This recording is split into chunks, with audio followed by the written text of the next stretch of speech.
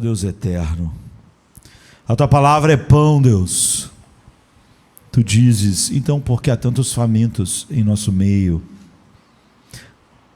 A tua palavra é luz, Deus. Então, por que tantos em nosso meio andam na escuridão, Deus? Sem discernir, Senhor Pai, aonde estão, ó Deus, na escuridão completa, sem direção, sem paz no coração. A tua palavra, Senhor Pai, é uma fonte, Senhor Deus, sem fim de riquezas. Riquezas, Senhor Pai, compradas com o sangue do teu Filho. Então, por que tantos entre nós vivem miseravelmente, Senhor Pai, quando há abundância na casa do nosso Pai? Porque tantos estão comendo bolotas, Senhor Deus, com o mundo, as bolotas do humanismo secular, Senhor Pai, as bolotas do pensamento humano, Senhor Deus, as bolotas, Senhor Pai, ó Deus, da tentativa humana de encontrar, Senhor Pai, ó Deus, alguma luz, alguma paz, alguma direção fora do teu Filho. Porque tantos na tua igreja, Senhor Pai, estão, Senhor Deus, revirando lixo para ver se há alguma coisa boa lá, quando há, Senhor Deus, um banquete pleno, Senhor Deus, para nós, Senhor Deus, a mesa posta na Tua Palavra, que, Senhor Pai, nós sejamos livres de morrermos de fome, Senhor Pai, como aquele homem que não acreditou num profeta de que haveria comida em abundância, Senhor Deus, e o profeta disse para ele: você verá comida, mas você não irá comer, você verá as riquezas, mas você não irá tocá-las. Que nós sejamos livres de toda incredulidade, Deus. Porque, Senhor Deus, nós temos, oh Deus, riquezas infinitas diante de nós e não há nenhuma razão para a nossa alma estar magra, esquelética, doente, anêmica. Oh Deus, sem força, Senhor Deus, a Tua direção para nós é cingir nossos lombos, nos preparar para a peleja como soldados bem alimentados, Senhor Pai, e tomar cada peça da nossa armadura que representam a Tua Palavra de várias formas, para sermos, ó Deus, firmes no dia mau, e havendo feito tudo, não estarmos, Senhor Pai, destruídos, mas havendo feito tudo, continuarmos firmes. Que a Tua Palavra, Senhor Pai, enriqueça, alimente, ilumine nesta manhã. Por amor do Teu próprio nome é que nós te pedimos isso. Amém. Amém. O sermão mais famoso de todos os tempos, né, foi pregado por Cristo, o Sermão do Monte. E aqui estão as palavras do próprio Senhor, não é? E a partes, todo o Sermão do Monte é extremamente maravilhoso, sublime, não é? Está nas alturas, a próprio verbo de Deus falando conosco. Mas aqui há uma parte impressionante, porque são palavras trágicas. Você não pode dizer que o autor dessas palavras falha em amor, em sabedoria, em santidade, mas as palavras são chocantes e trágicas, e elas são para nós, não é? Elas são para cada um de nós que está aqui, que está ouvindo. Nunca pense que o sermão não é para você. Nunca aplique o sermão para a igreja, para as outras pessoas. Um dia você não dará conta de Campo Grande. Por mais que você possa abençoar esta igreja, você não vai dar conta dela. Um dia você não vai dar conta do Brasil, do seu bairro. Um dia você dará conta da sua vida diante de Deus. O que você fez com aquilo que soberanamente Ele deu acesso a você, muitas vezes acesso que outros jamais tiveram. É sobre isso que você vai falar. Você não vai falar sobre o Jardim da Luz com Deus naquele dia, sobre as pessoas que você conhece, sobre a sociedade do Rio de Janeiro. Você vai falar e algo vai ser inquirido de você sobre você. Então, nunca pense antes, quando ouvir um sermão, que ele não é para você. Em vez de se surpreender dele ser para você, nós só estamos aqui porque, se somos sábios, somos como Samuel, mesmo criança ainda, que diz: fala, Senhor, porque o teu servo ouve. E essas são palavras chocantes. Jesus diz assim: nem todo aquele que me diz Senhor, Senhor entrará no reino dos céus, mas aquele que faz a vontade do meu Pai que está nos céus. Muitos me dirão naquele dia: Senhor, Senhor, não profetizamos ou pregamos em teu nome, e em teu nome não expulsamos demônios, e em teu nome não realizamos muitos milagres? E então vou declarar a eles: eu nunca vos conheci, apartai-vos de mim, vós que praticais a iniquidade. E continua assim, isso é Mateus 7, a partir do 21 que eu estou lendo. Portanto, todo aquele que ouve estas palavras, as minhas palavras, toda a palavra de Cristo, e as pratica, pode ser comparado a um homem sábio que edificou sua casa sobre a rocha, e desceu a chuva, e vieram as enchentes, e os ventos sopraram, e irromperam contra aquela casa, e no entanto, ela não caiu, pois havia sido fundada sobre a rocha. E todo aquele que ouve as minhas palavras e não as pratica, e essas palavras não têm o efeito, não é, que ela tem no coração regenerado, será como um homem insensato que construiu sua casa sobre a areia, e desceu a chuva, e vieram as enchentes, e os ventos sopraram e romperam contra aquela casa, e ela caiu, e grande foi a sua queda. Então esse é um trecho trágico da Bíblia, pregada pelo amor encarnado, pelo próprio Deus. A realidade é que um dia haverá pessoas que estarão diante do Senhor, mas elas não estarão como o mundo todo estará, não estarão apavoradas, pensando que estão perdidas. Não.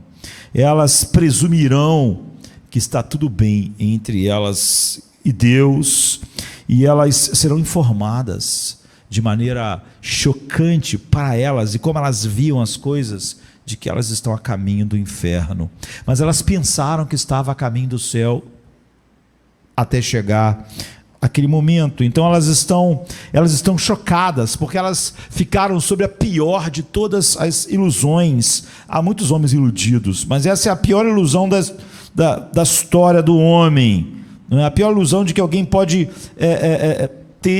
enganar a si mesmo sobre o seu destino, enganar-se sobre a sua salvação, enganar-se sobre realmente ter Cristo como um tesouro, que, sendo o tesouro do Pai eternamente, Ele deu o coração a homens que Ele chamou, escolheu e chamou para que desfrutassem desse tesouro. Então, às vezes as pessoas dizem: os católicos são cristãos, aquelas pessoas lá, elas estão incluídas. Eu acho que a nossa igreja, a igreja dos nossos dias, devia preocupar se grande parte dos protestantes são cristãos ou homens apenas seculares. Ou então, os evangélicos são cristãos. E a pergunta mais importante até do que você perguntar isso é você perguntar a você mesmo: você hoje está aqui, você cantou os hinos, você está participando de um culto que tem o seu objetivo de ser centrado em Cristo, no que canta, no que ora, no que prega. Agora, você é cristão? Então, pode ser que muitos, pode ser não muitos, estão enganados. E esses enganados não estão sozinhos por causa disso. E muitas coisas que se chamam igreja não são igreja de forma nenhuma. E nem muitos que se dizem pastores. E eles têm congregações, apesar de não serem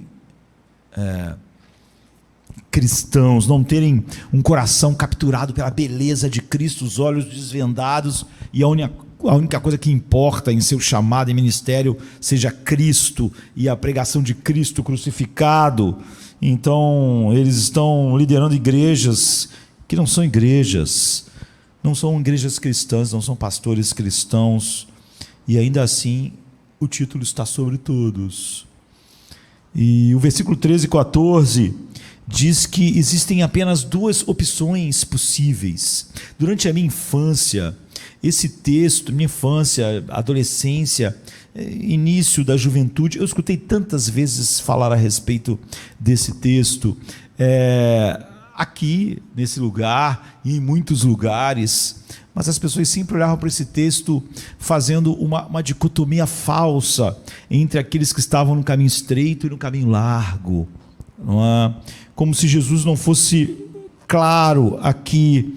Então, ele diz nesse sermão várias vezes sobre duas opções possíveis. Há uma porta estreita que leva a vida eterna, a salvação, e uma larga que não é o mundo, não é a pessoa que vive uma vida degenerada, e aqueles no caminho estreito são os cristãos, não são aqueles que não estão fazendo determinadas coisas.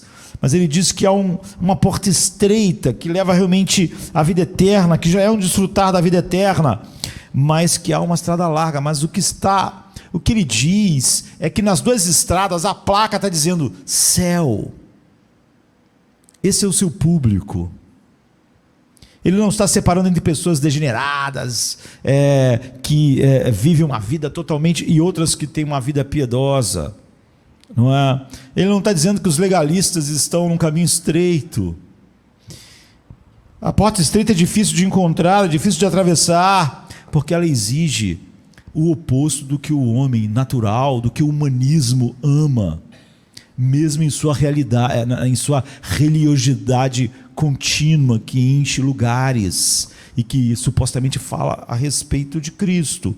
A porta é estreita porque a verdade de Deus é oposta ao pensamento humano, é oposta aos sentimentos naturais humanos. A porta é estreita porque as doutrinas bíblicas não se encaixam naquilo que nós mesmos pensávamos de nós mesmos a vida toda. A porta é estreita porque ela diz que Deus não existe por causa de nós, mas nós por causa de Deus. A porta é estreita porque toda a verdade de Deus é centrada em Deus, em Cristo e não em nós.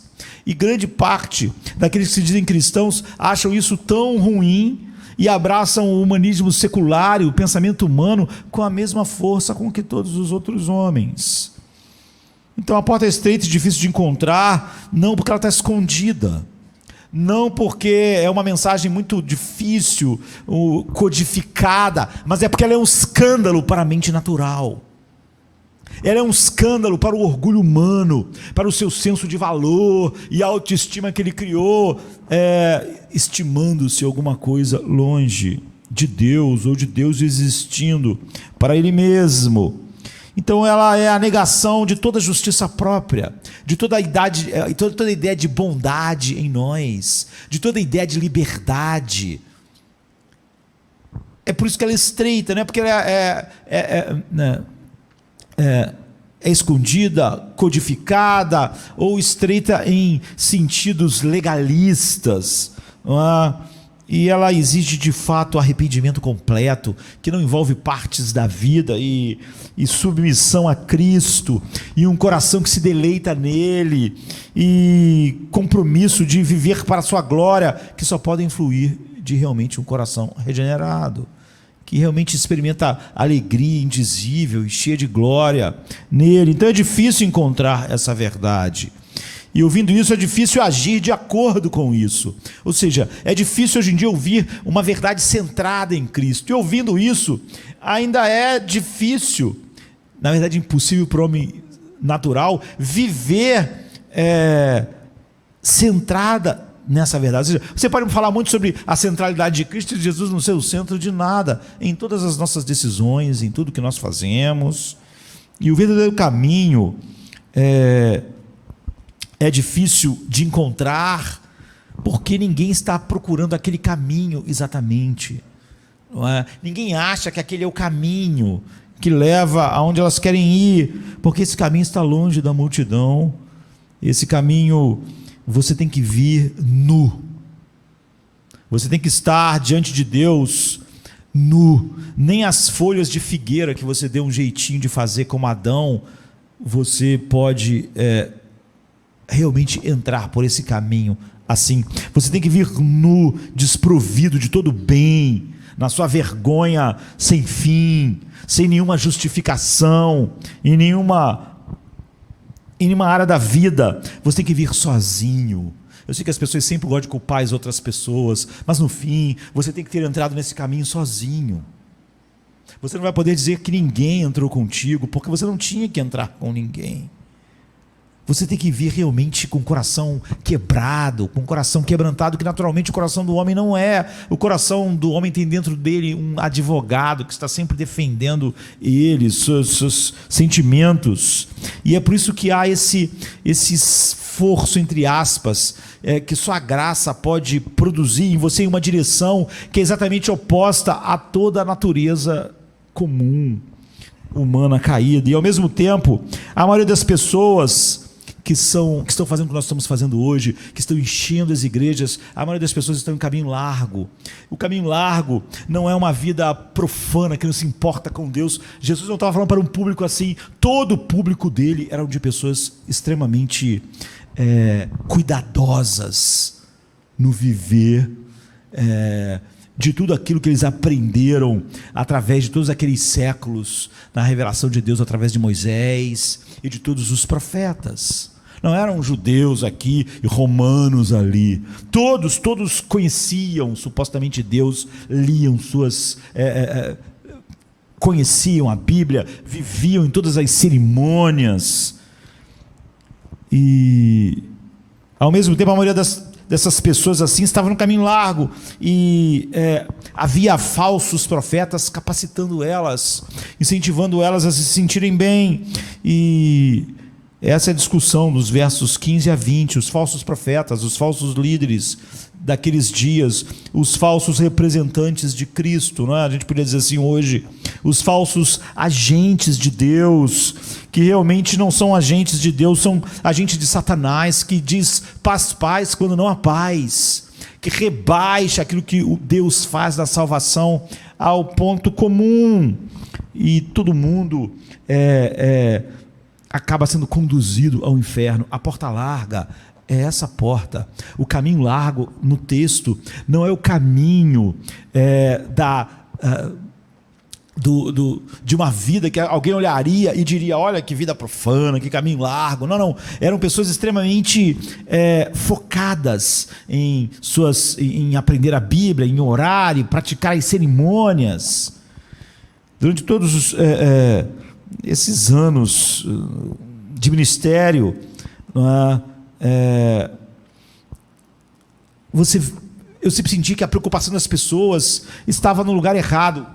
Como eu disse, desde criança, textos como esse eram feitos uma dicotomia entre quem está assim, pertence à igreja, e quem está no mundo, está no caminho apertado ou caminho largo. Essa é a maior tragédia do mundo. A maior tragédia do mundo está naquilo que se diz igreja. É uma tragédia os hindus se perderem. É uma tragédia os hindus irem para o inferno, os budistas irem para o inferno, os muçulmanos irem para o inferno. É uma tragédia. Mas é uma tragédia como é uma tragédia para os ateus ou os judeus irem para o inferno. Mas a maior tragédia de todas é a tragédia de Judas.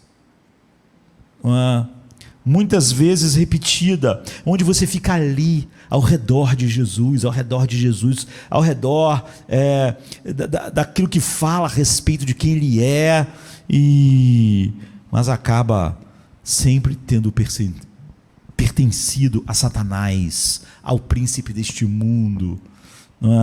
Essa é a grande tragédia, porque o caminho largo não é o caminho que, quando eu era pequenininho, ensinaram para mim. E há pastores que se enquadram nessa categoria, não são cristãos, não são homens regenerados, não são homens que estão todo dia, todo o tempo pregando para as pessoas: eis o homem, a cruz, e somente a cruz. Mas é óbvio que se há muitos pastores assim, há muitas pessoas enchendo as igrejas, e, entre aspas, né, pastores, igrejas, compostas quase que totalmente de não cristãos. E assim é importante para a gente ouvir as palavras do Senhor. Nós devemos nos preocupar com uma questão, essa é a questão, não é? Quando ele disse essas palavras, ele não estava falando para pessoas irreligiosas, nem que negavam a Deus, nem que não gostavam da Bíblia, nem que não praticavam, não estavam nas reuniões, não estavam nas sinagogas. Não, ele estava falando com pessoas que eram religiosas ao máximo. A gente pode dizer que elas eram quase obcecadas por religião, que elas todo dia pensavam nisso, e isso dominavam a vida delas, como a verdade devia dominar a sua, a minha. A religião dominava tudo. Eles não podiam, como de fato nós não devemos, quando estamos em contato com a verdade em Cristo, mas eles não faziam como muitos hoje, pelo contrário, era um público mais seleto. Eles não separavam a sua vida social da sua religião. Eles não iam lá no sábado, na sinagoga, e depois iam viver uma vida que não tinha nada a ver com aquilo. Agora, minha vida secular, a vida, eu já fui ao culto, já fui à sinagoga. Não, eles não divorciavam a vida social e a sua crença em Deus e aquilo que Deus disse na palavra. Eles não dividiam sua vida civil, sua vida econômica, sua vida familiar, sua vida nacional da sua religião ou da sua espiritualidade, do seu suposto compromisso com Deus. Isso permeava todo o público de Jesus, todo Israel. Essas são as pessoas mais religiosas, não são com os pagãos que ele está falando. Essas pessoas são tão religiosas quanto você pode imaginar. E muito mais meticulosas do que você devia ser, e não é. Mas eles não têm nenhum relacionamento com Deus, eles não têm nenhum relacionamento com Cristo. Eles não têm nenhum relacionamento com aquele Deus da Bíblia que eles tanto amavam. Eles não tinham nenhum relacionamento com verdadeiro, uma comunhão, um deleite, um prazer com o Deus de Davi que eles tanto liam. Eles são tremendamente focados assim na Bíblia e religiosos, mas eles estão todos perdidos. Eles estão no caminho largo. Eles estão no caminho errado. Mas todos eles achavam, a placa que eles viam não era para onde os romanos, os gregos, nenhum deles se achava perdido. Eles estão no caminho errado. E para você pegar as palavras de Paulo, eles transformaram a piedade em algo, em elemento de auto-engano para eles. Eles tiraram o poder da verdade, e nós temos isso hoje, está em todos os lugares. Em todos os lugares, pessoas que de uma forma ou de outra estão ligadas a uma ideia de Cristo, estão cultuando Cristo nesta manhã, vou cultuar esta noite, e estão totalmente desprovidos de qualquer vida divina, e elas estão no caminho largo. Talvez elas sejam muito minuciosas, extremamente legalistas, ou não, falem muito sobre a graça. Qualquer conhecimento de Deus está realmente longe delas, qualquer vida divina, qualquer salvação verdadeira.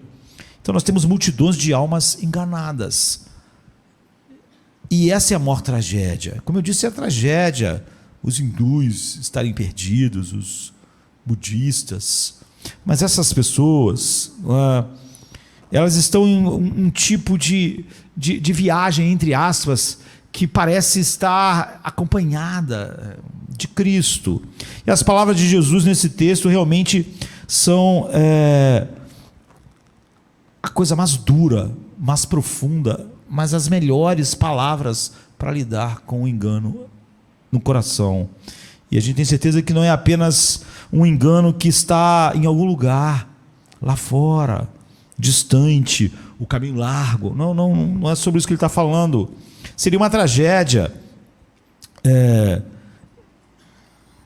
De todas as tragédias, imaginar que a grande parte das pessoas que falam Senhor, Senhor, estão perdidas. Mas vai acontecer, e vai continuar acontecendo. A ideia de que alguém se sentou anos em Jardim da Luz e acabaria dizendo, mas Senhor, Senhor, apenas para ouvir, afaste-se de mim. Eu nunca conheci vocês. Jesus teve essa preocupação no Sermão do Monte, no final do seu ministério, quando ele conta uma história, no capítulo 25 de Mateus, sobre algumas virgens que tinham todas as características para estarem esperando o noivo. Todas. O noivo vir, a celebração, só faltava uma coisa a elas. Elas precisavam de algo no interior. Elas não tinham óleo para acender a lamparina. Porque elas não tinham óleo, que é o símbolo de não ter dentro de si luz espiritual, de não ter o Espírito Santo, de não ter nova vida, de não ter regeneração. Elas foram excluídas, embora elas fossem virgens. Você vê, todas elas eram virgens. Todas elas, quando você olhava para elas, você diria, estão todas no caminho estreito. Você não diria, olha, elas não tinham algo interior, algo verdadeiro, não tinham luz. A Bíblia diz que o Deus desse século cegou os olhos para não ver a glória, a beleza de Cristo. Então, elas não viam. Mas externamente, elas estavam exatamente como todo mundo achava que elas deviam estar. Eu suponho que a palavra chocante aqui, pelo menos devia ser para nós, a primeira palavra no verso 22. Muitos dirão naquele dia. Ele não diz, olha, há um grupinho, há poucas pessoas que vão me dizer, há poucos enganados. Ele diz muitos. E a gente pode vincular isso ao verso 13 que diz, muitos são os que entram pelo caminho largo. É as mesmas pessoas que ele está dizendo. Os muitos que entram pelo caminho largo são os muitos que vão dizer, Senhor, nós não te servimos, nós não pregávamos, nós não estávamos no culto, nós não ouvimos a palavra, nós até gostávamos dos pastores que pregaram os sermões mais bíblicos, nós não fizemos isso. Esses são os muitos que dirão isso para ele, são os muitos que ele está dizendo que estão no caminho largo. Não como eu disse quando era criança, que dizia, o mundo está no caminho largo. Não é sobre isso que ele está dizendo. São as pessoas que parecem assim, aquelas virgens, está tudo certo, estão perdidas, porque estão no caminho largo. São os mesmos que quando chegam ao fim do caminho, eles vão estar pensando o quê? Como eles andaram por um caminho que a placa dizia céu, eles vão chegar lá e vão estar esperando o quê? O céu. Eles não andaram por um caminho que está escrito inferno. Eles não pensaram que o encontrar Cristo para dizer para eles, eu não te conheço.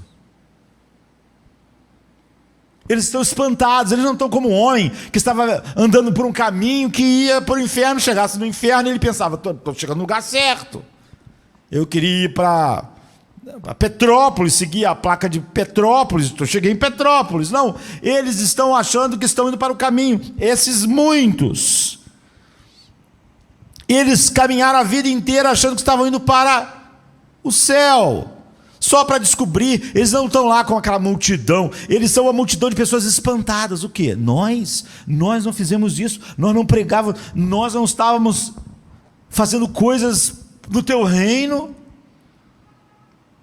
Que choque pensar que você está no caminho para o céu, apenas para descobrir só no fim que Jesus vai dizer, eu não te conheço. Você nunca esteve. Você sempre andou pelo caminho largo. O caminho largo, você vê, é muito mais sutil do que queriam fazer crer. O que atrai as pessoas para esse engano, então? O que é isso? Como você pode chegar a esse ponto onde você está confortável em seu engano, que você percorre um caminho inteiro, uma viagem longa, 20 anos, 30, 40, 50? A Bíblia nos diz algumas coisas que contribuem para isso. Antes de tudo, o que contribui para isso é uma compreensão superficial do Evangelho. Compreensão essa que vem de pregadores superficiais do Evangelho. Engano que flui de igrejas superficiais sobre o Evangelho. E o que permeia, se não domina, quase que a cristandade toda. É muito mais fácil, num dia como hoje, você ouvir toneladas de humanismo secular, psicologia secular nos púlpitos agora, do que o Evangelho. Uma falha em entender os verdadeiros termos do Evangelho, a real definição de fé salvadora. É isso que proporciona isso.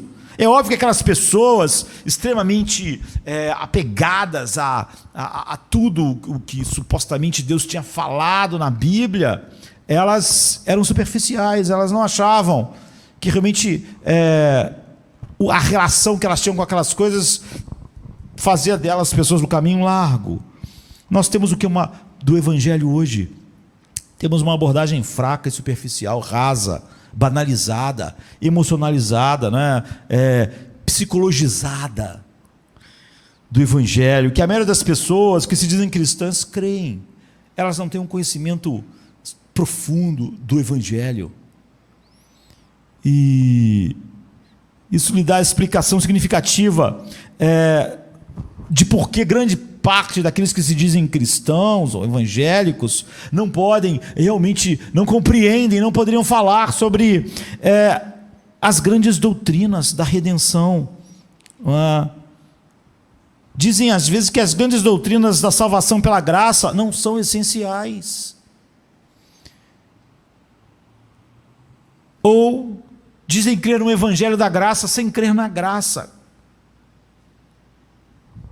Claramente exposta na palavra de Deus, elas não as conhecem, nem se espera que elas conheçam. Não se espera hoje que um cristão conheça realmente essas doutrinas, essas verdades, ou que saiba aplicá-la à vida.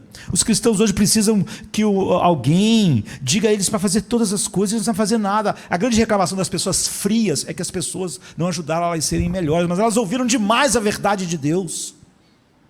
Mas elas sempre acham que outras pessoas, isso o transpirar do humanismo secular, né? Alguém tem que ser culpado pela minha condição. Eles não conhecem, nem se espera que eles conheçam, e assim as pessoas têm uma falsa compreensão da sua condição espiritual, do seu coração, tem uma falsa concepção da sua alma. A concepção deles da alma vem do humanismo secular, não vem do que a Bíblia diz ser. Grande parte dos problemas em sua alma, eles vão ter algum nome que o humanismo secular deu, alguma síndrome lá, alguma explicação que não vem do Evangelho. E você pensaria que alguém como eu, que passou grande parte da sua vida tentando esclarecer o Evangelho, o que ele significa genuinamente, o que ele faz, como ele produz alegria, como ele é a exposição de um novo coração, a beleza de Cristo e as grandes doutrinas da graça, seria uma espécie de quem está dizendo algo que as pessoas querem ouvir, ou que elas ouvem, e elas aproveitam, e elas acham isso a coisa mais preciosa. Mas, de fato, hoje, isso, como em todas as épocas, seria visto como um dogmatismo que não é inclusivo. Isso sempre esteve ligado a nomes não bons na igreja. Puritanismo, esse cara é um puritano. E porque a ideia é que quando você prega a verdade de Deus assim, quando você põe e expõe o humanismo secular pelo que ele é e as suas vertentes, então você está pisando no sentimento das pessoas. Você não é uma pessoa doce como devia ser, em falar coisas para todo mundo se sentir bem. E você está invadindo a cama confortável das tolerâncias com aquilo que não é o Evangelho. E está sendo divisivo. Você devia ser alguém agregador. Mas a verdade sempre faz isso. Ela sempre fez isso. Você acha que as pessoas que estão ouvindo Jesus dizer isso, que eles vão chegar diante dele só para saber que eles são malditos, achavam que ele estava sendo amoroso? E é óbvio que ele estava.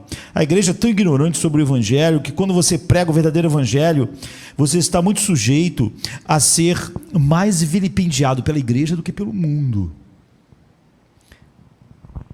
Eu digo que pregar o verdadeiro Evangelho no mundo cristão hoje é se envolver em mais problemas do que pregar o Evangelho verdadeiro ao mundo. A igreja hoje desenvolveu uma alergia ao Evangelho, porque o Evangelho é tão contrário ao humanismo avassalador do coração das pessoas. Assim, a primeira razão pela qual as pessoas podem viver iludidas a vida inteira é que elas tinham nomes, elas tinham explicações para tudo que elas são, que não vinham do Evangelho. Elas podem se sentar em uma reunião, entre aspas, não é? E em algum lugar que se apresenta como igreja, e ser ensinado por alguém que se apresenta como um pastor, e cercado por pessoas que se apresentam como cristãos, e se sentir bem. Não é? Contanto que as pessoas sejam amáveis, contanto que as pessoas falem coisas assim, que dê a ela um grupinho para ela se sentir bem.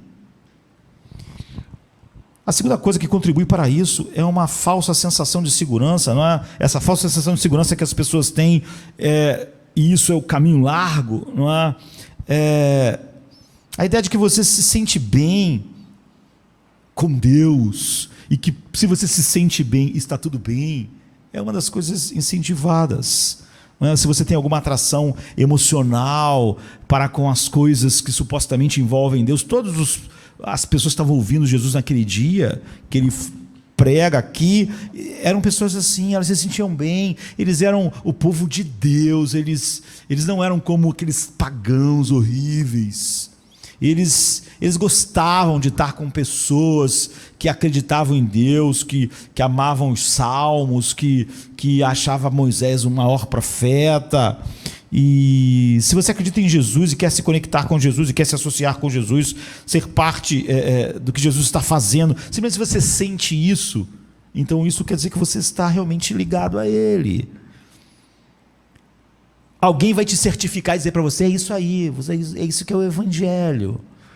Em alguns casos, se você for, hoje em dia, a esse absurdo de chamar essa parte aqui da frente do nosso salão de reuniões de altar, venha ao altar, faça uma decisão e venha ao altar.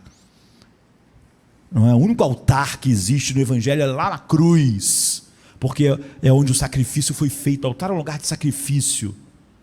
Mas venha ao altar, faça a oração.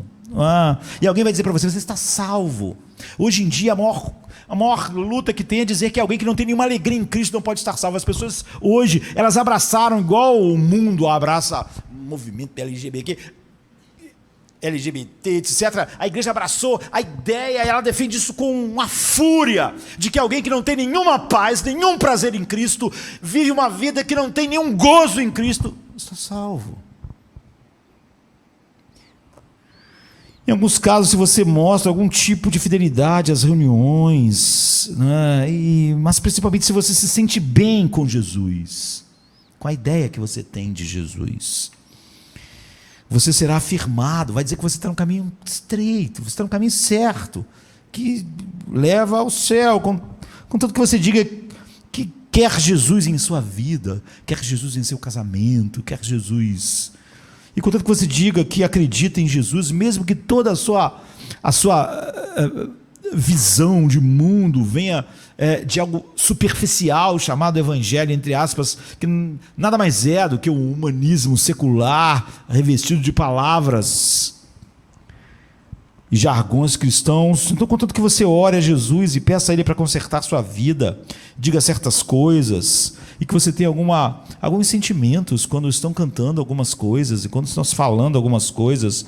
Você será afirmada regularmente pelas pessoas de que está tudo bem com a sua alma, que Deus então te ama incondicionalmente e de que você deve acreditar simplesmente que está tudo bem. E você está aqui e está mostrando o seu amor a Deus por coisas tênues que nós decidimos ou que apenas nos sentimos bem quando pensamos naquilo, e isso coloca você simplesmente num lugar bem-aventurado. E assim, tanto a falta da definição do Evangelho, do que é o Evangelho, da pregação do Evangelho, e esse desejo irresistível que todo mundo tem de fazer as pessoas se sentirem bem. O homem psicológico é ser feliz. É por isso que a culpa foi banida. É por isso que o pecado foi banido. Porque essas coisas fazem as pessoas se sentirem mal. E os cultos hoje, tudo que eles querem é que todo mundo se sinta bem. Aconselhamento bíblico só é aconselhamento bíblico se ele é o aconselhamento do que a Bíblia diz. Mas o aconselhamento cristão hoje não tem nada de bíblico, não é? Ele só quer que a pessoa se sinta bem. O propósito, por que todas as perguntas difíceis, quando diz respeito a alguém, deve ter uma resposta que faça a pessoa se sentir bem? Porque isso é um mundo psicologizado que nós vivemos. Tudo que eu quero é pensar, se eu falar isso, essa pessoa vai se sentir mal. Então atrai as pessoas e as seduz para um sonho, que eles estão bem com Deus, mas eles não estão. Há uma terceira coisa, que é um fracasso no autoexame, é uma falha de autoexame. Há pessoas que ouvem um sermão e ficam ofendidas. Você vê que em nenhum momento ela fez um autoexame. Ela tem um teflon para a verdade. Tudo que ela consegue fazer é ficar ofendida. Ela jamais pegou aquela verdade. Eu vou examinar os meus sentimentos à luz dessa verdade. Eu vou examinar o que eu faço, o que eu digo, o que eu disse, o que eu fiz. Não. Ela acha, se está falando comigo, eu já estou com raiva.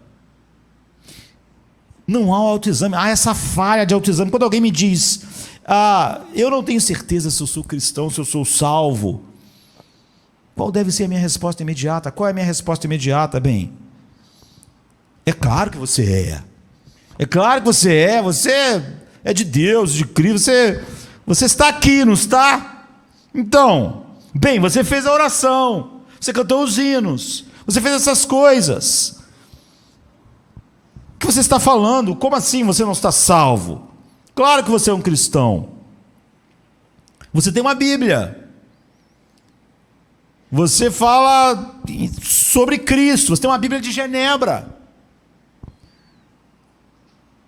Mas se alguém me disser, eu não tenho certeza se eu sou cristão ou salvo, a minha resposta é: a razão pela qual você sente isso é que você pode não ser mesmo. Mas é óbvio que essa resposta não é que faz as pessoas se sentirem bem. Mas se uma pessoa não tem certeza, não tem um deleite em Cristo, como eu, que estou fora dela, vou dizer que ela tem. Se uma pessoa diz, eu acho que eu estou na escuridão, eu acho que eu estou nas trevas, por que eu, que estou fora dela, diria, não, você está na luz? Como? A razão pela qual ela pode se sentir assim é porque realmente ela está nas trevas. É muito mais importante exigir dela um autoexame sincero ante a verdade de Deus, honesto. Enfrentar essas dúvidas à luz da palavra de Deus. Pode ser legítimo, pode não ser. É verdade que há cristãos verdadeiros que entram em momentos da vida que ficam numa nuvem de dúvida. Deus às vezes tira a percepção de salvação, os ossos secam, não é? Mas grande parte das vezes não é. Você pode ter todos os motivos certos para duvidar de que você está a caminho do céu, a caminho de ouvir de Jesus, vinde benditos. Você pode ter todas as razões corretas. Por que eu só queria desejar que você se sentisse bem, dizendo para você que não, que está tudo bem? Mas por que esse é o impulso, quase que imediato? Porque o homem psicologizado, ele quer que o outro se sinta bem, ele quer que todo mundo se sinta feliz, e essas coisas não fazem ela se sentir infeliz imediatamente. Não é? E até que eu pudesse ver um padrão em sua vida e ter uma visão mais completa, não é? De que você não foi capturado pelo Evangelho, eu não posso dizer. E mesmo que eu visse todos esses padrões, eu ainda não poderia dizer finalmente que você vê a beleza de Cristo, que isso conquista o seu coração, que isso produz afeições verdadeiras. Se você continuar afirmando isso, há motivos para autoexame sério, e não simplesmente para deixar você se sentindo bem. Mas isso não é popular. Na verdade, as palavras que a gente está falando aqui seriam rejeitadas entre igrejas cristãs, entre aspas, que só quer fazer que todo mundo se sinta bem. O que? Você está questionando a salvação de alguém? Não, ela está dizendo para mim que não sabe. O que? Você está dizendo que ser salvo é ter um coração que ama Cristo, ter alegria em Cristo? E se a pessoa não tiver alegria, tiver, pelo contrário, alegria nenhuma, só escuridão, tristeza e desespero, ela não pode estar salva? Não, a Bíblia diz que não. A Bíblia diz que você iria a Ele encontrar descanso, você ia encontrar nele paz, você ia ser um homem que ia ter lutas, pelejas, carne contra o Espírito, mas você é um homem que encontrou Ele de fato. Bem, eu estou apenas me esforçando para ter certeza de que as palavras de Jesus em Mateus 7 sejam as mesmas que eu diga para você. Que muitos naquele dia vão dizer para ele: nós não estávamos lá, nós não ouvíamos, nós não pregávamos, nós não fizemos isso. Ele vai dizer: eu nunca conheci você. Agora, nós não podemos querer que as pessoas se sintam bem fazendo o oposto de Jesus. Eu quero me certificar de que todas as pessoas saibam como o amor encarnado disse que elas deviam enfrentar essas realidades, que a grande parte das pessoas estão vivendo sob uma enorme ilusão. Muitos me dirão naquele dia, não porque viviam lá, era um romano pagão, mas porque viveram uma vida tão centrada em torno das coisas de Deus, que elas tinham certeza que estavam no caminho escrito céu. O caminho largo e estreito aqui não é o caminho de uma pessoa que não tem nada a ver com Deus e outras que tinham no caminho. Então essa não é a minha mensagem, né? Não é a minha passagem, essa é a passagem do grande pastor das almas. Quem está dizendo isso? Que muitos naquele dia vão dizer isso para ele, vão ouvir essa resposta, é ele mesmo. Eu sou apenas um subpastor, passando a mensagem que ele disse adiante. Eu não quero ser um eco, reverberação, ou um passador da mensagem do mundo. Eu não quero ser o passador da mensagem do humanismo secular. Eu não quero ser o passador da mensagem da psicologização do mundo. Não. Eu só tenho uma responsabilidade: ser o subpastor, aquele que passa a mensagem do grande pastor. Ele está dizendo isso aqui. E somos tão orientados pelo humanismo secular, queremos tanto que as pessoas se sintam bem, queremos que as pessoas gostem de nós. Não gostamos de confrontos, por isso não queremos questionar a vida espiritual das pessoas. Como eu estava dizendo, a grande discussão hoje é de pessoas tentando provar de qualquer maneira que uma pessoa que não experimenta nenhuma alegria em Cristo, nenhuma paz, a ponto do desespero final, sem nenhuma luz, está salvo. É só para as pessoas se sentirem bem, para os parentes se sentirem bem, ou para as pessoas que estão na escuridão, se sintam bem na escuridão, sem ir àquele, sem encontrar descanso em Cristo, se sentirem bem do jeito que elas estão. Somos tão orientados por uma graça desprovida a graça dá o quê? Novo coração, nova vida. A graça é nos livrar de Satanás que cegava nossos olhos para a beleza da glória de Deus na face de Cristo. Mas há uma graça que deixa as pessoas sem nenhuma afeição por Cristo. Os olhos delas não são destapados para a beleza de Cristo, elas continuam exatamente seus recursos. Em 2 Coríntios 13, 5, há uma palavra que todos nós precisamos ouvir, vem do apóstolo Paulo, para uma igreja, do mesma maneira que Jesus está falando para um público que não é entre os comprometidos que amavam a Bíblia daqueles dias e os pagãos. Paulo está falando com uma igreja, ele não está falando com a igreja e com o mundo, está falando só com uma igreja. Uma igreja não é mais qualquer, uma igreja que ele fundou, porque podia ser uma igreja superficial, que não ouviu o evangelho, que não conhecia as doutrinas verdadeiras, como há os montes. Mas essa era a igreja que ele fundou. E ele passou 2 anos da sua vida ensinando a essas pessoas. Elas foram batizadas lá. Elas ficaram sobre o ensino do apóstolo Paulo. E essa igreja dos Coríntios, não é? Ele escreve aqui 2 Coríntios, e ele escreveu 3 outras cartas. 1 Coríntios e mais 2 que não estão no cânon bíblico. E esta é uma igreja que tem ouvido tanto desse homem. E quando você chega no capítulo 13, você tem agora um total de 29 capítulos canônicos escritos para ele, fora os anos que Paulo passou lá ensinando essas pessoas. Elas foram batizadas. E ainda assim, ele diz no capítulo 13, verso 5, examine-se a si mesmo, provem a si mesmos para ver se vocês realmente estão na fé, ou seja, para ver se vocês foram realmente regenerados. Examine-se.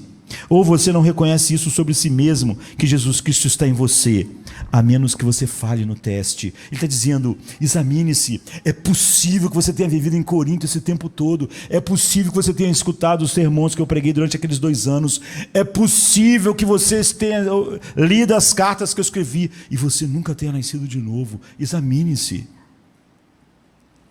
Após anos de ministério sobre o apóstolo Paulo, após anos de instrução de Paulo e de seus emissários, enviados à igreja, após anos e anos de Santa Ceia, confissão de Cristo, Paulo diz, você deve voltar ao princípio e examinar se vocês estão realmente regenerados, se vocês nasceram de novo. Ele não diz, vocês estão, poxa, lógico que estão. Na verdade, isso deveria acontecer num curso normal da vida da igreja. Toda vez que nós estamos na mesa do Senhor, por exemplo, Paulo diz assim em 1 Coríntios capítulo 11, todas as vezes que comer deste pão, versículo 26, e beber deste cálice, vocês anunciam a morte do Senhor até que Ele venha. Portanto, quem comer o pão, beber o cálice do Senhor indignamente. O que é indignamente? Não é porque... É estranho, eu acho muito estranho. Tem gente assim, está com problema na vida, está com problema no casamento, está com problema, não toma da Santa Ceia. A pessoa acha que isso é uma atitude, sei lá, santa. Por que um cristão não tomaria da Santa Ceia? Porque simplesmente ele quer continuar em pecado. Deve ser a única explicação. Porque é óbvio que ele pode ser perdoado, mas a ideia do verdadeiro arrependimento é mudança. Mas ele não quer mudar, ele quer continuar naquela coisa que ele está, então ele não toma ceia. Isso é diabólico. Mas tem pessoas que acham que realmente está tendo uma atitude cristã. Não vou tomar da ceia porque eu estou errado. Mas então por que você não se prostra agora? Por que você tem esse compromisso com o erro? Esse compromisso com Satanás? Mas Paulo está dizendo algo incrível, que ele está dizendo, quem comer o pão e o cálice do Senhor indignamente, não está falando só quem comeu e pecou, porque todos nós pecamos, nós devemos todos os dias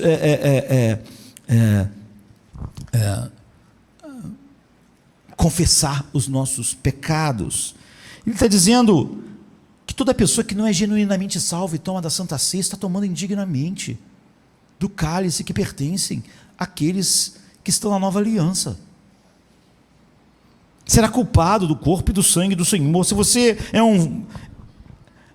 um homem não regenerado que comunga, né? Ou seja, você está declarando ter uma comunhão com o sangue e com o corpo de Cristo, e você não tem.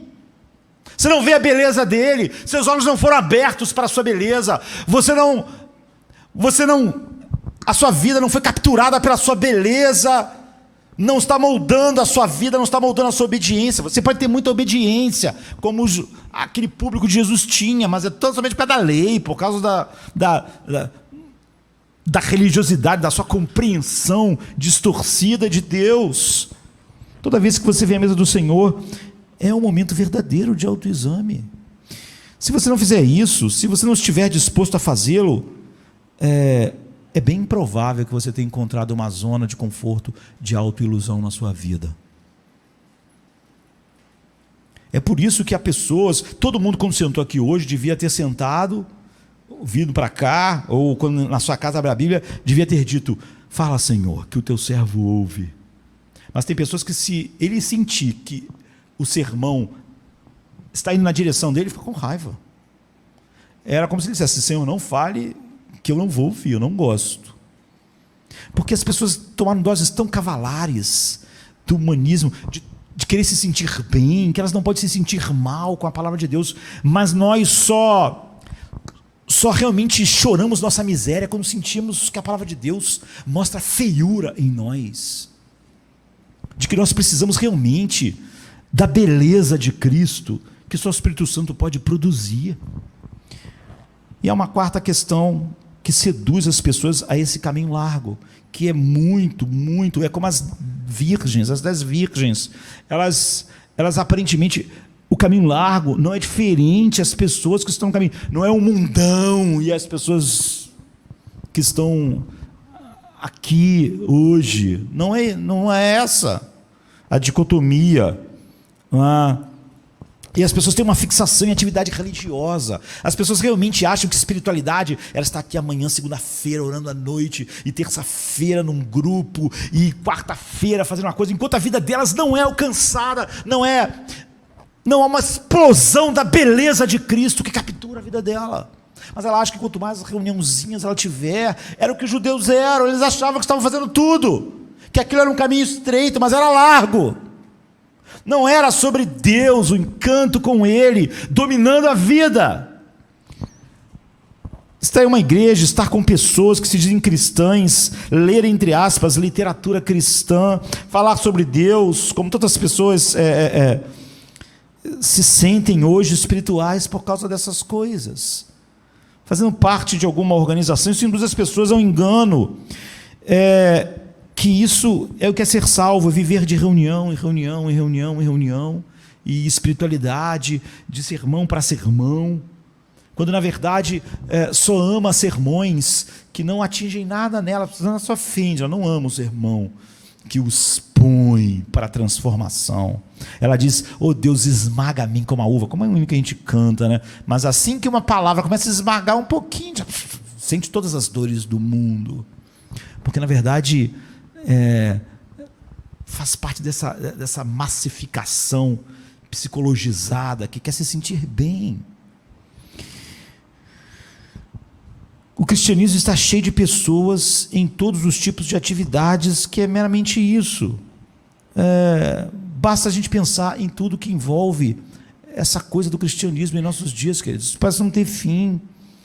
Não há fim para isso. Pense em todas as... em como a igreja é cheia de departamentos, interesses diversos, cada um é muito focado. Qual o plano de vocês para o pessoal da minha idade? Qual o plano para o pessoal que tem 20 anos? Cada um está muito focado em algo que não é Cristo. E pense em todas as publicações, livros, música, literatura, todo tipo imaginável, internet, televisão, em torno disso, é interminável. Quantas pessoas estão envolvidas com isso? É óbvio que uma quantidade enorme. Esses livros todos vendidos, todas essas coisas consumidas, é uma quantidade enorme de pessoas. Pense em todas as igrejas, desde, todas aquelas que se autodenominam cristãs, incluindo cada culto, e o protestantismo liberal, as denominações, todo tipo de igreja que surge todos os dias. A ideia hoje é começar a sua própria igreja, não é? E em todos os lugares surgem e em seguida reinventam o que uma igreja devia ser.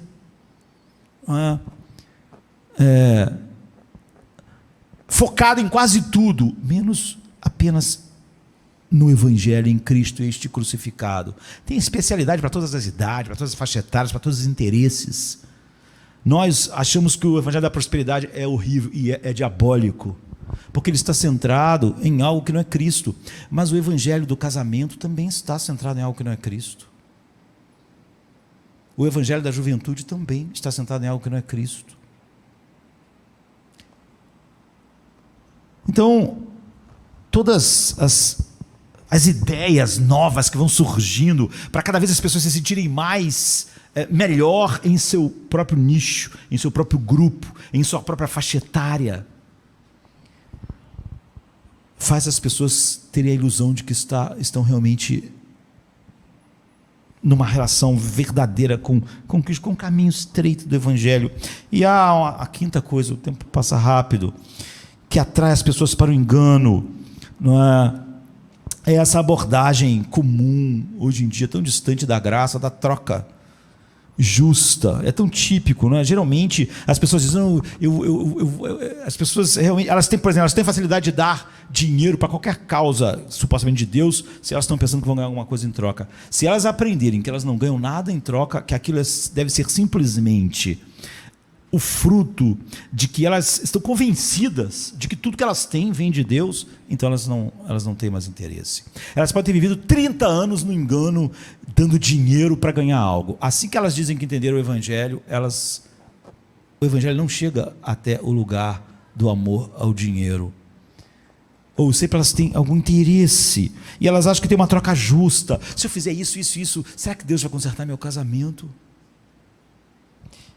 Geralmente começa assim, eu sou basicamente uma pessoa comprometida, será que, por que Deus não faria isso ou aquilo? Então há uma pequena lista de atitudes que dá à pessoa uma falsa sensação de segurança, porque ela está fazendo determinadas coisas e ela acha que Deus realmente, se for justo, fará a troca justa de fazer aquilo que ela acha ou espera que Deus faça, ou então há uma familiaridade com a moral bíblica e ela acha que isso é realmente o suficiente, e às vezes quanto mais ela abraça isso, mais distante ela fica de ver a realidade dela e do Evangelho e da sua necessidade. O fato é que não importa como. Ou então as pessoas, elas falam das doutrinas da graça, mas como Paulo diz, elas falam do Evangelho, mas tiram dele o seu poder. O Evangelho não é um poder de Deus. Ele só deixa as pessoas como elas são mesmo e não irem para o inferno, mas isso é um engano. Todas essas coisas não são parte desse engano. Então a verdadeira questão é essa: as pessoas iludidas, enganadas, não entraram pela porta estreita, nem estão no caminho estreito. Ninguém que está iludido. Não é que a pessoa está vivendo uma vida que deixa claro que ela não tem uma relação com Cristo. O caminho largo é um caminho do auto-engano. Jesus está usando essa metáfora para dizer que essas pessoas vão chegar diante dele naquele dia e dizer: mas nós não fazíamos isso, nós não estávamos, nós não fomos lá na frente, nós não comprávamos livros da melhor editora, nós não tínhamos a Bíblia de Genebra, nós não lemos a sistemática de Rod. Eles não conseguiram passar pela porta estreita. O que significa? Verdadeiro arrependimento produzido pelo Evangelho. Não é? Confissão verdadeira de pecado, em vez de termos aquele teflon contra a verdade de Deus. Um coração que realmente foi exposto à luz do Evangelho de Deus. Os olhos foram abertos para a beleza de Cristo. Quebrantamento, humildade, obediência à palavra do Senhor, não para conquistar algo, para chegar a algo, não se aproximando da lei novamente, para o qual nós já estamos mortos, mas porque o amor de Cristo constrange esse novo coração. Você vê porque a doutrina, porque a porta é estreita, porque ela fala de coisas que o homem não pode fazer. Ela fala de coisas que só o Espírito Santo pode fazer na vida de um homem. Um novo coração, uma nova alegria, novos afetos, novos amores, novos ódios. doutrinas que são exatamente o oposto de todo o humanismo secular, de todas as explicações do mal em mim, colocando esse mal em outra fonte que não seja eu mesmo. E Lloyd Jones, por exemplo, ele falou: o que nosso abençoado Senhor quer acima de tudo, falando sobre isso aqui, somos nós mesmos. O que as Escrituras chamam de nossos corações. Ele quer o homem interior, o coração. Ele quer nossa paixão e submissão. Ele não quer meramente nosso zelo, nosso fervor, o que fazemos ou qualquer outra coisa. Ele nos quer, ou nós estamos no caminho largo. Deus não quer nossas ofertas. Ele não quer nossos sacrifícios. Ele não quer nossa obediência. Ele nos quer. É possível para um homem dizer as coisas certas, ser muito ocupado e ativo, alcançar resultados aparentemente maravilhosos, que vão poder fazer ele dizer naquele dia: eu não fiz isso. E ainda assim, ele está no caminho largo. E esse é finalmente o maior insulto que podemos oferecer a Deus. O que poderia ser um insulto maior? E ele continua: o que poderia ser um insulto maior do que você dizer Senhor, Senhor, e ele nunca ter reinado em sua vida? Você sempre ter filtrado a palavra dele só no que você aceitava, sempre ter se ofendido com o que ele disse, que não estava de acordo com o seu senhorio sobre ele. Você exerceu um senhorio sobre a Bíblia, você exerceu um senhorio sobre a verdade, você pegou o que você quis e jogou para fora o que você não quis. Como é que você pode chamar ele de Senhor, Senhor? Não é a maior abominação? Ele diz. Se ele é Senhor, então nós estamos submissos. Se a palavra dele diz algo totalmente ofensivo para nós, nós nos prostramos, ele diz. Mas nós permitimos que nossas próprias opiniões e argumentos, em vez das Escrituras, controlassem o que fazemos, o que sentimos, e explicamos os nossos males pelas nossas ideias e não pela sua palavra. Este é o maior insulto, diz Lloyd Jones, que nós podemos fazer ao Senhor. Como nós podemos chamá-lo Senhor, Senhor? E os enganados, eles vêm em várias categorias. Então, existem aqueles que são superficiais. Superficiais necessariamente não é pessoas que não entenderam as grandes doutrinas, não, mas não conseguem aplicar a sua vida. Ele conhece coisas para debater, para discutir, para ver quem não está entendendo certo, mas aquela pessoa não está sofrendo nenhuma mudança real pela verdade em seu coração. Então são superficiais, se dizem cristãos, alguns, porque são superficiais até no conhecimento.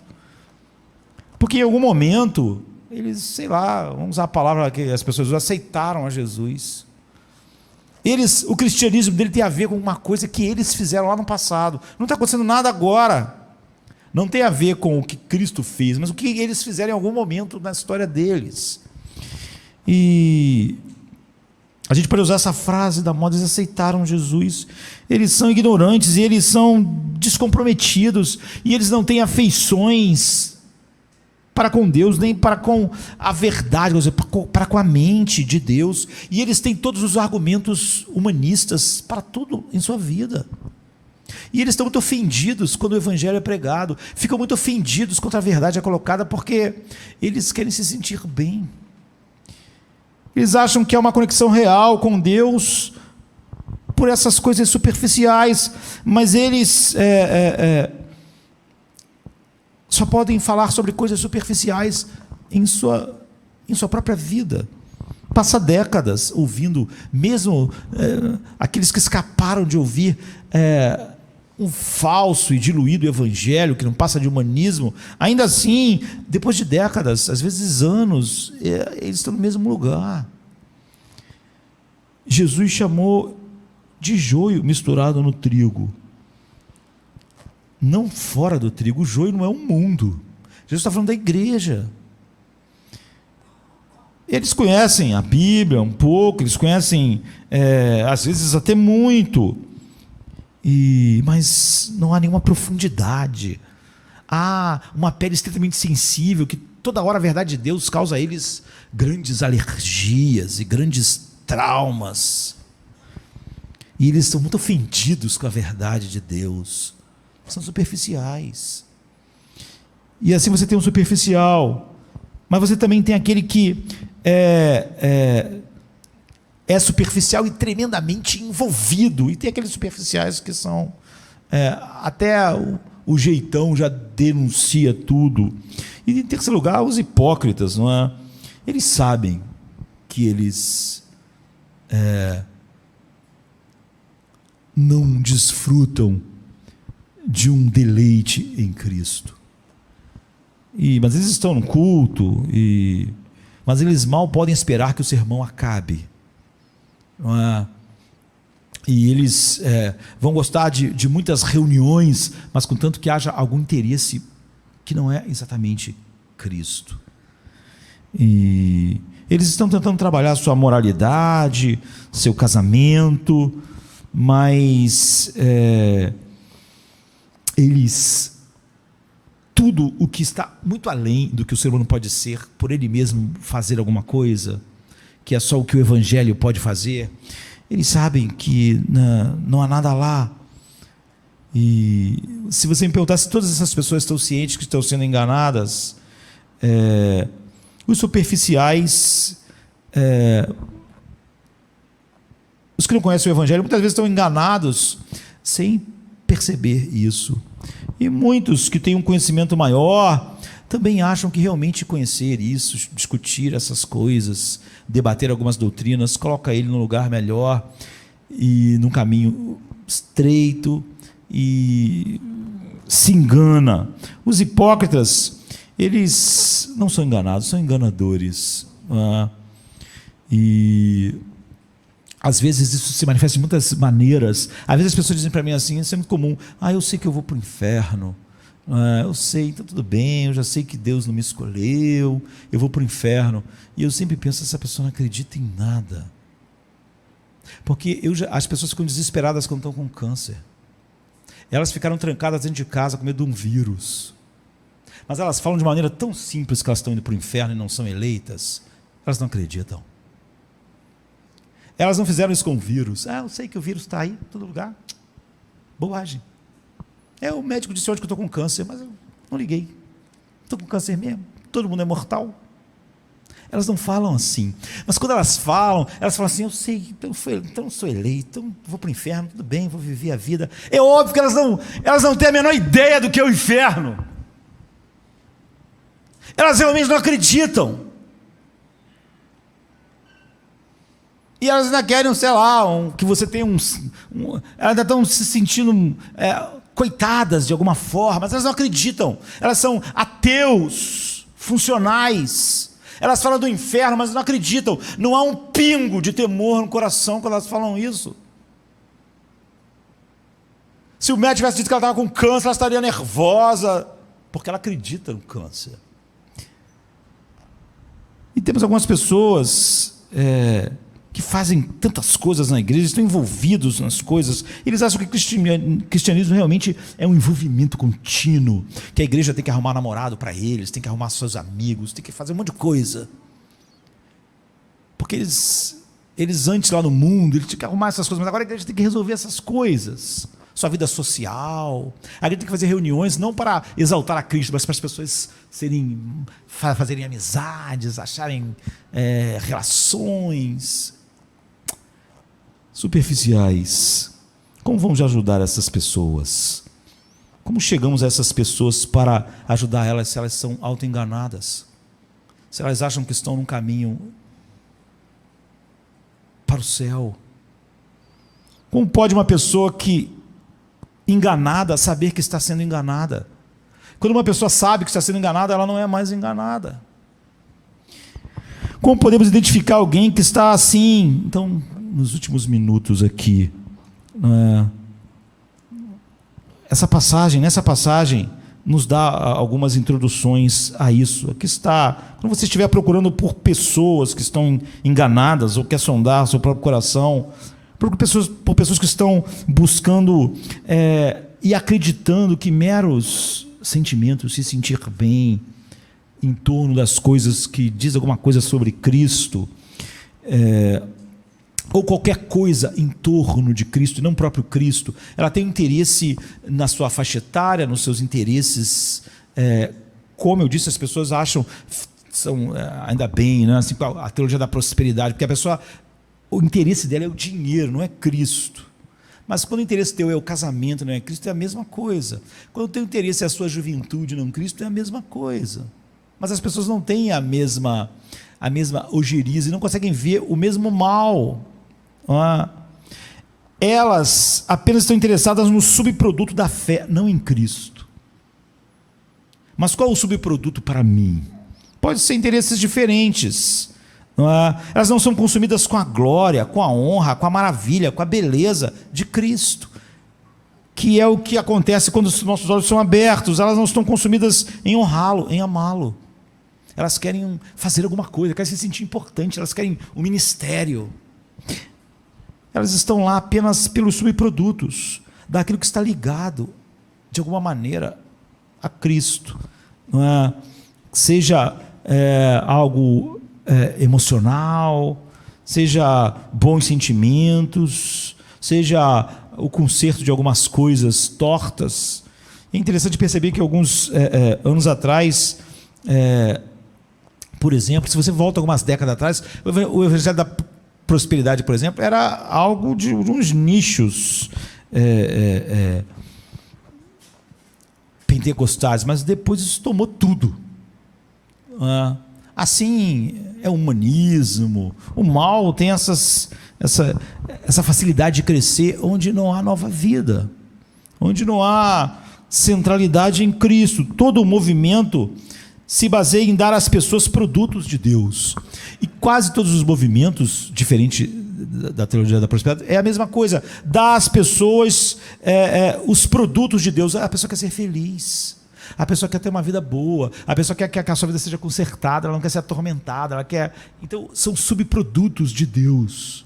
As pessoas querem se sentir bem num culto. Mas nós devíamos dizer que deixe-me ter Cristo, esteja eu doente ou não. Deixe-me ter Cristo, seja rico ou pobre, e esteja com um casamento maravilhoso ou não. Deixe-me ter Cristo como meu guia, como Cristo sendo o poder na minha vida, Cristo como meu rei, Cristo como... Paulo, na verdade, chega a um ponto de dizer tudo em tudo. Não é isso que você está ouvindo hoje. Na verdade, se essa é a sua mensagem, é muito provável que menos pessoas te ouçam. Então, quando você estiver procurando por pessoas que possam ser enganadas, procure por pessoas que estão interessadas por qualquer coisa que é um subproduto do Evangelho. Elas querem amizades, elas querem relações, elas querem... E elas ficam muito chateadas quando não tem isso. Elas querem o seu casamento, elas querem um sentimento bom, o seu psicológico equilibrado, elas querem muitas coisas que são subprodutos do Evangelho. O Evangelho não oferece ao pecador o que o pecador quer naturalmente. Primeiro, todos os pecadores querem essas coisas, não é? Primeiro, o Evangelho muda o nosso coração para a gente querer coisas diferentes que Ele vai nos dar. Não há nada que o homem natural deseje que é o que o Evangelho vai dar a ele. Primeiro, o Evangelho é o poder que nos muda e cria novos desejos, e aí o Evangelho vem suprir esses novos desejos, anseios em nossos corações. Agora, o que o homem natural quer? Ele quer bons sentimentos, ele quer se sentir bem, ele quer se sentir protegido, ele quer felicidade, ele quer sucesso, ele quer uma boa autoestima, ele quer ter a sensação de que os anjos estão trabalhando para dar tudo certo na vida dele, ele quer saber como viver, como Deus pode fazer ele viver bem na sua faixa etária.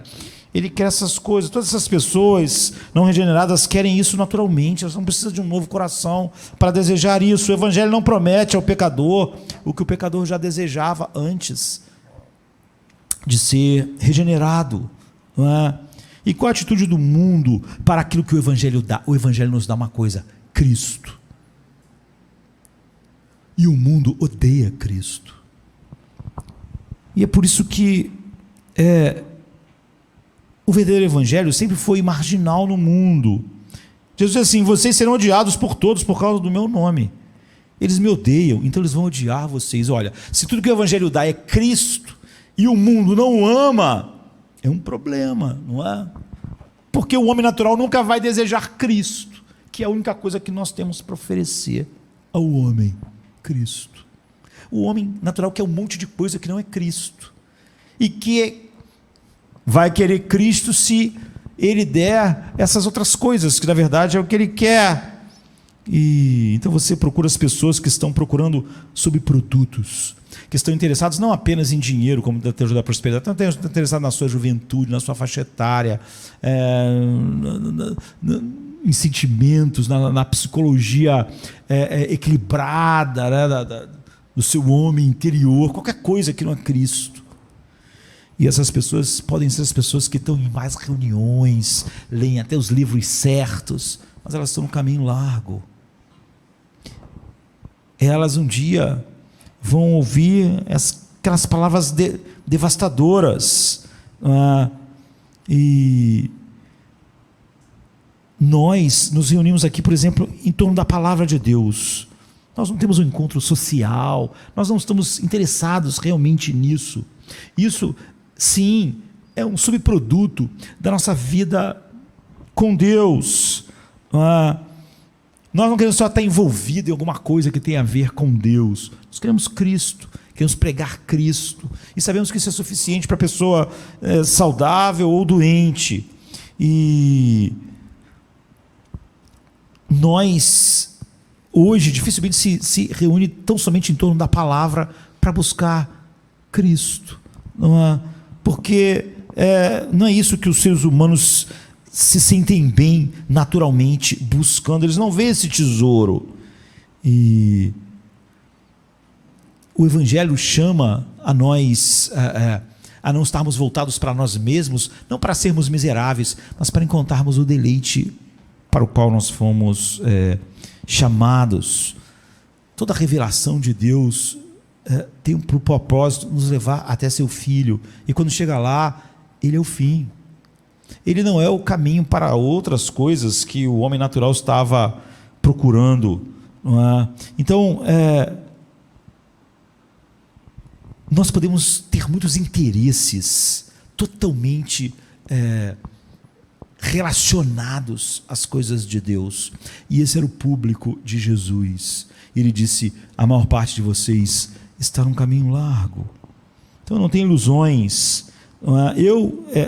Aqui, todas as pessoas que não vêm com o único interesse na palavra de Deus, um dia vão embora, ou vão ser insatisfeitas, porque não há nada para elas aqui, e não haverá.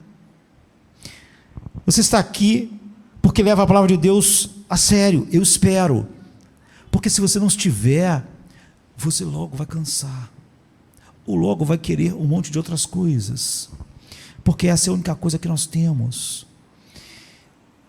Eu subo aqui semana após semana, e a única coisa que eu faço, como fiz na semana passada, é pregar a palavra de Deus. Nós nunca vamos ter uma nova onda aqui, um novo mover, uma nova visão acontecendo, uma coisa nova acontecendo, nunca vamos ter. Então você nem adianta ficar esperando 6 meses para isso acontecer, isso nunca vai acontecer. Nós nunca vamos de mover em mover, de uma nova onda em uma nova onda, de uma nova moda. Agora a moda é fazer desse jeito, porque isso cria mais assim, as pessoas ficam mais próximas. Nunca vai haver. Se a palavra de Deus não for suficiente para você, nós não temos mais nada. Você não precisa esperar no próximo culto uma coisa mirabolante, porque não haverá uma grande ideia para fazer você finalmente amar a Cristo. Nós não acreditamos em fazer coisas para as pessoas amarem a Cristo, ideias novas, fazer o jovem amar a Cristo, fazer o solteiro amar a Cristo. Nós não acreditamos nisso. Nós acreditamos que Deus regenera pessoas jovens, solteiras, casadas. Não acreditamos em outra forma de fazer um jovem se interessar por Cristo que não seja o Evangelho. Não acreditamos. Não acreditamos que se a gente arranjar uma namorada para alguém, ele vai se interessar por Cristo. Não acreditamos nisso. Nós só acreditamos em pregar a palavra. Pregue a palavra de Deus, a tempo e a fora de tempo. Nós só acreditamos nisso. Nós só acreditamos que a palavra de Deus, pela ação do Espírito Santo, regenera um homem. não acreditamos em mais nada.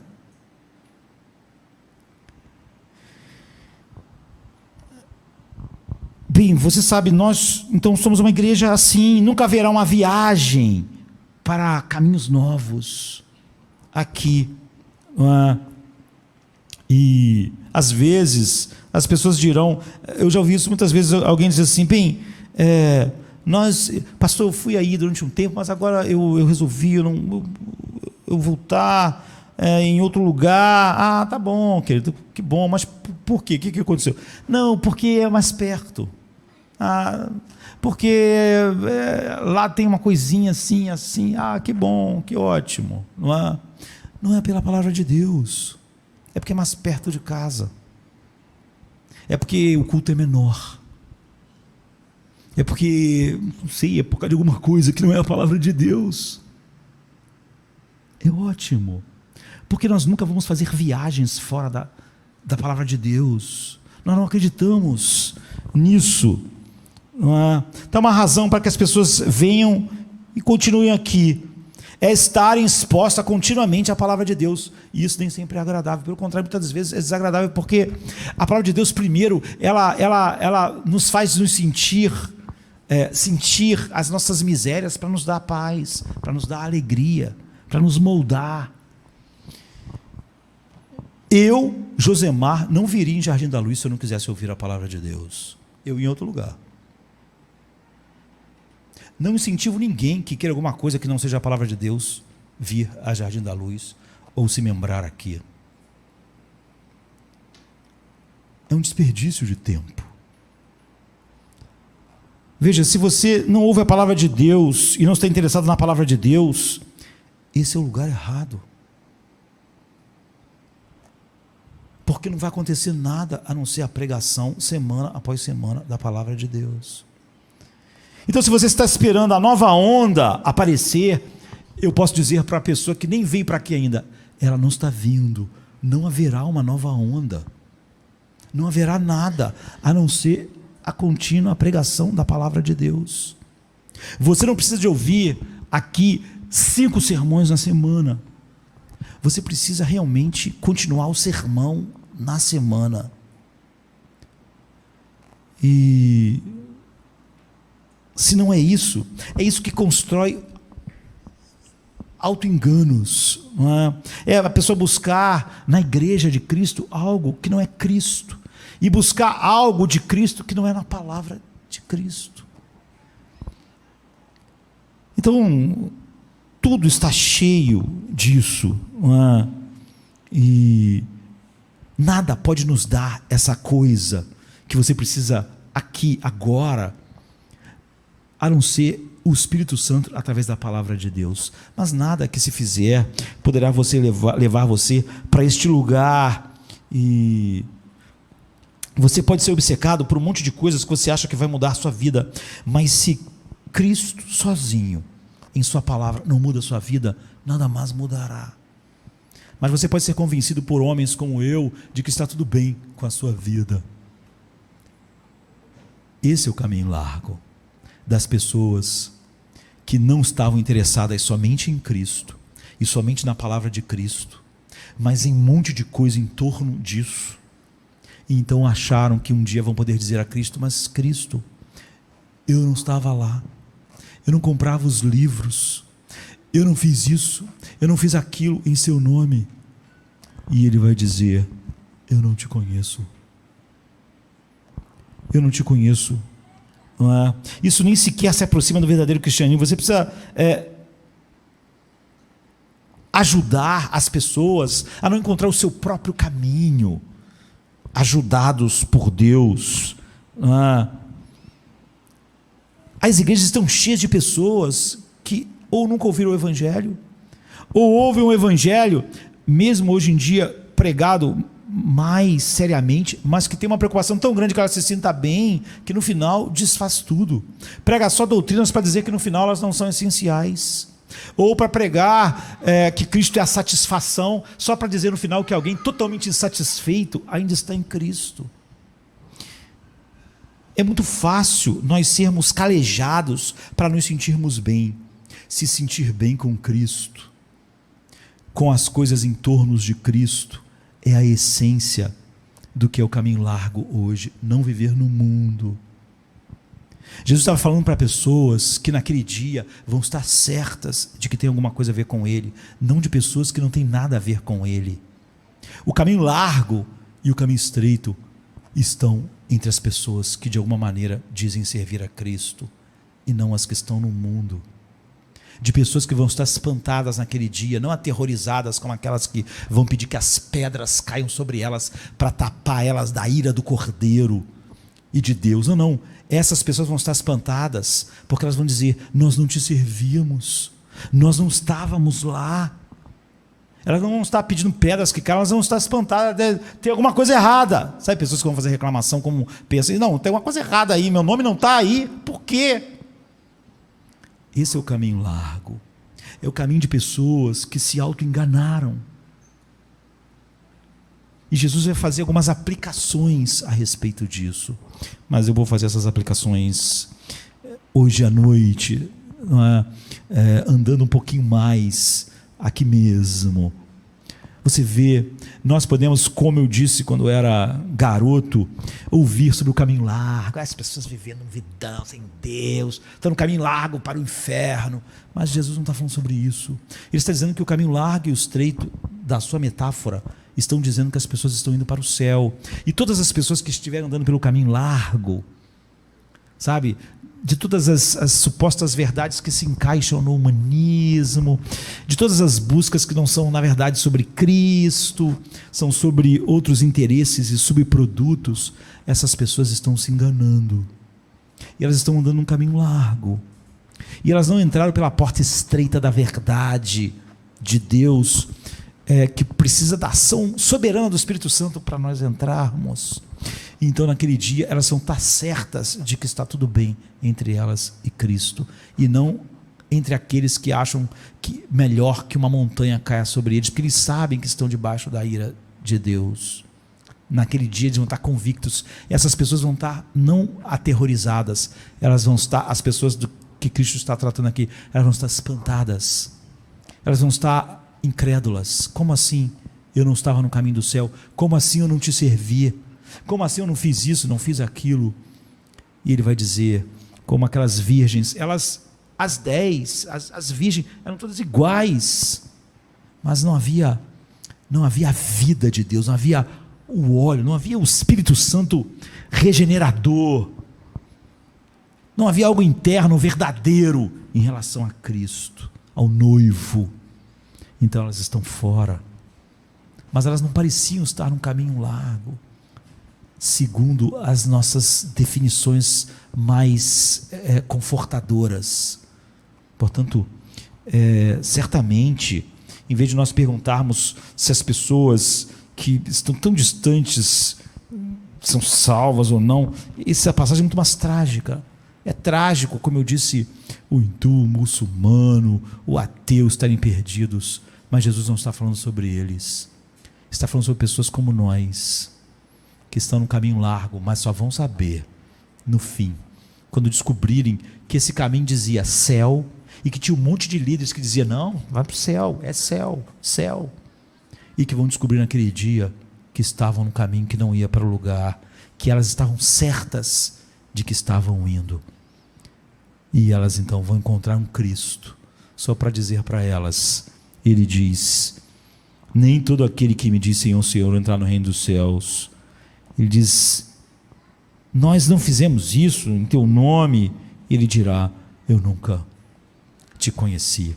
Hoje à noite vamos olhar um pouco mais para isso, que Deus sonde a nossa vida e faça nós mesmos olharmos para dentro de nós mesmos.